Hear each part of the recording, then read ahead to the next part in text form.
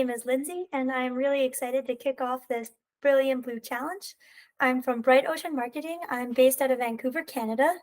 And Bright Ocean Marketing services any company that's trying to save the ocean. So I work with people that are doing marine protected areas, supporting beach cleanups, alternative plastics, or improving industrial operations to reduce pollution and improve our relationship with the ocean.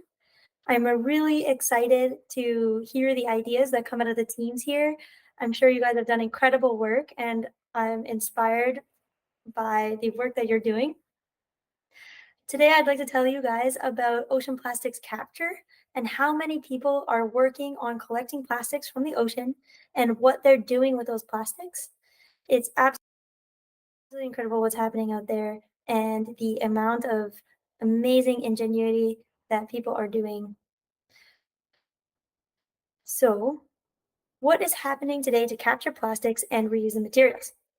There are tons of companies out there that have developed in the last, whether it's 10 years or more recently, that are capturing plastic. Seven Clean Seas is based out of Indonesia. They're working in rivers in Thailand right now. Ocean Legacy, based out of Canada. For Ocean, United States. We've got Seabin in Australia, Plastic Bank, the Ocean Cleanup, Great Bubble Barrier, based out of Italy. And how are they doing it? Each one of these companies has their own method that is doing the plastics capture in a different way, each one of them doing an incredible job. This is the high impact plastics pollution collector by Seven Clean Seas. And it's in rivers and it consumes the plastic that flows down the river.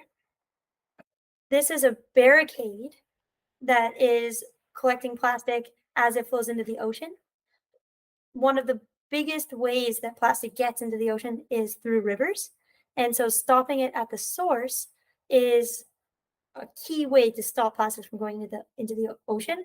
One of the big challenges with building a barricade like this is it prevents boats from moving in and out of the ocean. And so many areas and many regions don't want barricades, even though the river is polluted. And one company has actually created a solution to that, being the bubble barrier. This bubble barrier uses bubbles to divert plastic down into the interceptor on the side and still allows boats to travel through the river.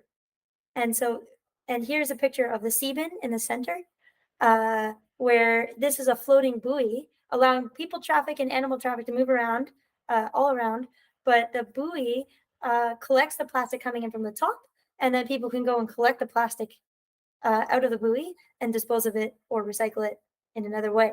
And so each one of these methods is a unique way to collect garbage before it gets into the ocean or from the ocean directly, and also some of them can handle microplastics like the sea bin can, and some of them can handle animal and plastic and people traffic too. These companies are doing such a phenomenal job. We've got 4.2 million kilograms collected by Seven Clean Seas with 100 people on their team. Ocean Legacy, also 100 people with ocean plastics depots in Canada. 35 million pounds collected by 4Ocean. Seabin Project, 21 people there in Australia. And Ocean Cleanup Plastic Bank are some of the bigger ones, with tens of millions or over 100 million kilograms of plastics collected. And the Great Bubble Barrier, 12 people out of Italy. Really, really interesting new technology there. How do they pay for this activity?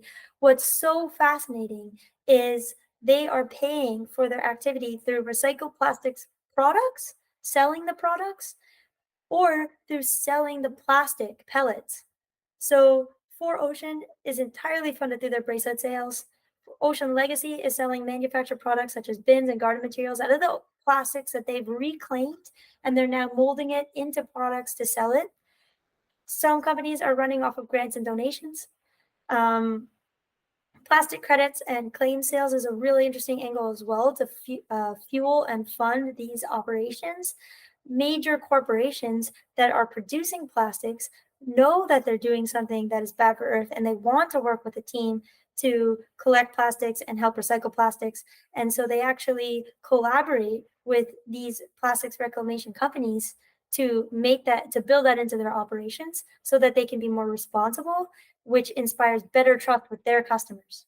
And so some of these companies, Seven Clean Seas, for example, is funding their operations by collaborating with major corporations that want that resource to be used in their products. So some of the big names that are using recycled plastics and even ocean cleaned plastics are Patagonia, Adidas, IKEA, Gucci, Coca-Cola, and many more. And there are also many smaller groups of people using recycled plastics. These I've seen many of popping up all over the world, whether we've got Tanzania making garden deck fences, sheds out of ocean clay and plastics, Green Toys making children's toys out of plastics, but Bath and Beauty um, products, which is made out of the Ocean Legacy plastic here in Vancouver. What's so interesting about this method of using plastic is that when plastic was invented, which a little bit before, but became commercialized in 1950 and 1960, it had a linear economy style of resource use, which is where we take from Earth, we make something, we consume it, and then we waste it. And because there was no requirement for companies to use the waste, they were just thinking, oh, we'll just make products, we'll just make new businesses. We won't worry at all about what happens after that. Of course, that's not quite how the world works. We do need to worry about what happens after that. We need to have a circular economy where we consume resources and raw materials, and those raw materials enter into a circular method of consuming and reusing that material so that we can maintain our ecosystems and maintain the processes on Earth that provide us a livelihood and food. And so, what's so fascinating about the way that these companies are collecting and reclaiming and recycling plastics is they're actually building a circular economy into plastics use that never existed before. And it's fantastic work that's being done out there. This is just the beginning. There are hundreds of companies working on plastics reclamation, as well as alternatives to plastic, microplastics capture, river cleaning, reusable bottles, and way more than that. Out there, I've been researching what people are doing to protect the ocean. I've got a database of 300 groups, whether that's accelerators, VCs, events, startups, scale ups, big companies, small companies, everything that I can find, I put into this database. So if you have anything that I should add to this database, please send it to me. I'm I'm always interested in finding new ways that we can protect the ocean. So humans and oceans can coexist. Let's make it happen. I'm really excited to hear your presentations and really excited to meet you all. Thank you so much and see you soon.